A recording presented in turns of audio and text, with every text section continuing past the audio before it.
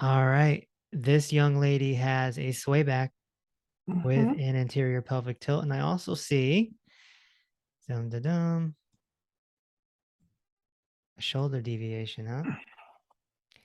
Yes. What do And you now if the shoulders are the third floor, right? what's the floor below? Hips. Hmm. Look at that. And look at that, they match. Hmm. It's like the Leaning Tower of Pisa. But she's got a nice, like a really strong back. Too strong, but she's, moving as a unit. It's just she's really working hard, too hard. Right. And But, she's actually moving as a unit. shoulder rounding because we can hardly see her hands here. But you want to look at the side view to confirm for sure. Let's see. Dun, dun, dun. Oh yeah. Her shoulder rolling isn't that bad relative to her head and her hips.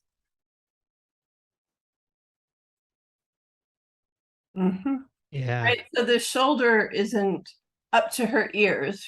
She still has a neck, but she doesn't have the strength to carry all the body that has moved forward of that line. So she's a really good candidate for some core strengthening, like just right, good old fashioned torso, abs, core. Her body is strong. Like I said, she works really hard. She's working too hard in her mover muscles, and she's turned them into her posture muscles. Mm. And posture muscles are the deep ones. Yeah, the longevity for certain. Does she have complaints? It looks like she's got a wide stance here too, kind of. Huge. Yeah, huge. I always say that her body type is like a scooter.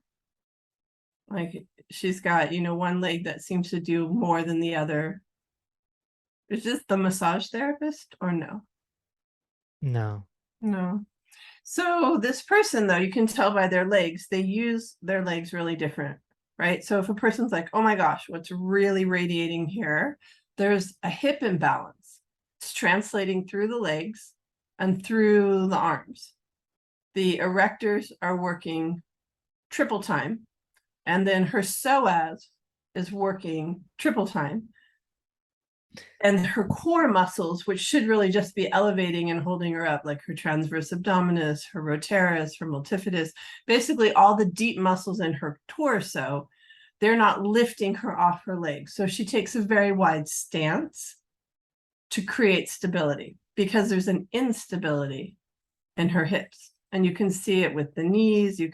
There's just two different legs, two different hips. Hence, everything above the belly button is doing something else than everything below the belly button. What's One going on of with these this kids. left knee? There's something with this left leg that's, Well, I just told you what it is.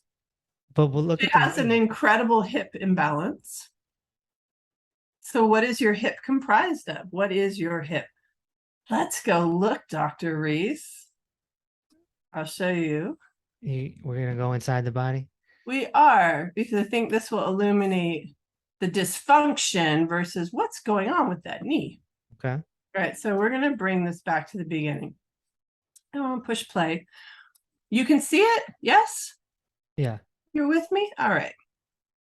So this woman has two hips that don't work the same.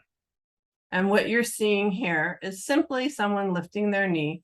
But when that happens, this back, where all her erectors are so darn tight, it's supposed to open and lengthen, especially.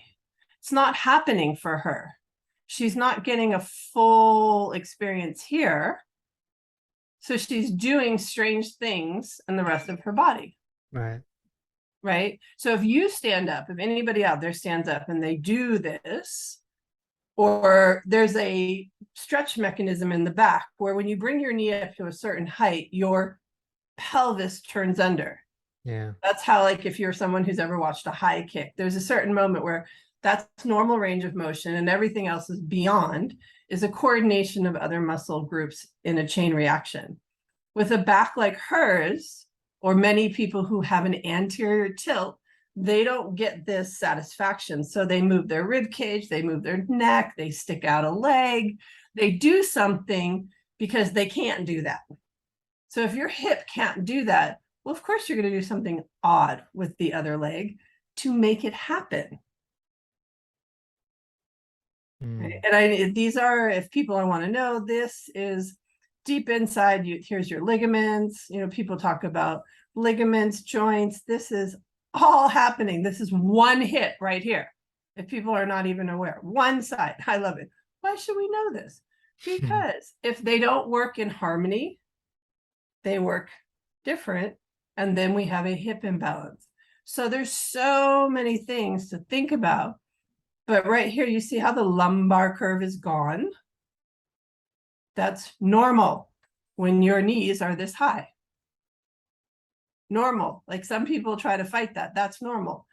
But sitting like this with your knees higher in your pelvis, and you're sitting in yoga class and you're pushing it and you're pushing it, and you're like, why am I in so much pain? Because you can't sustain that. Now it's gone beyond normal. It's pushed back. It's, as you like to call, turtle shelling. There's nothing happening here. So this person needs to sit on something. And I mean, the things we're watching here is so much why the hips get so dysfunctioned. I'm going to turn that off because people sit, right? So if we go back to our gal, I'm going to stop my share. You go find your share. Right. So just keep imagining what we just saw.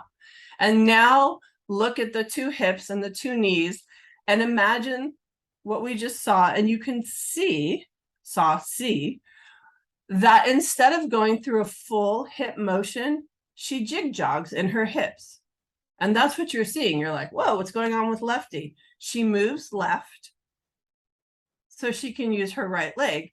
She moves right, but her left leg is moss or meadows. It probably is more her right side of her back. Right. But she's twisted. She's kickstanding. But it's happening because there's a dysfunction in the pelvis.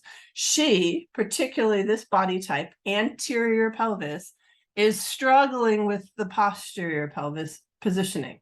Cats and dogs, right? She's going to be working really hard on the scared cat part. She's going to dominate on the happy puppy side of it. We want to balance that. Right. For sure. Well, this young lady needs some postural therapy, and certainly we can provide that. If anyone doesn't need to work as hard. She's working really hard to stand up. Yeah, I'd be curious to know if she's a workout warrior, someone in the gym. I don't know.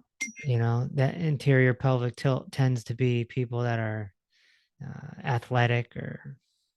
But she's got the swayback as well. So then she might be a mom with a kid on the left hip. She might be I don't know, she might be a massage therapist who's rotating. She might be a chef. She might be a cook. But whatever she does when she gets tired, she leans into her hips. She lets her belly descend. And then her back works really hard. She widens her legs and she carries on with whatever she's doing. Whether she's sitting or standing or, It'd be interesting to know what she does with her time. I know a chef that kind of looks like that. All right. Well, we'll find out. We'll find out. I know. It's like double jeopardy. If anyone out there is interested in their free P-Ray exam, go to peaceoverpain.com and you will see it right at the top, and we will make it happen.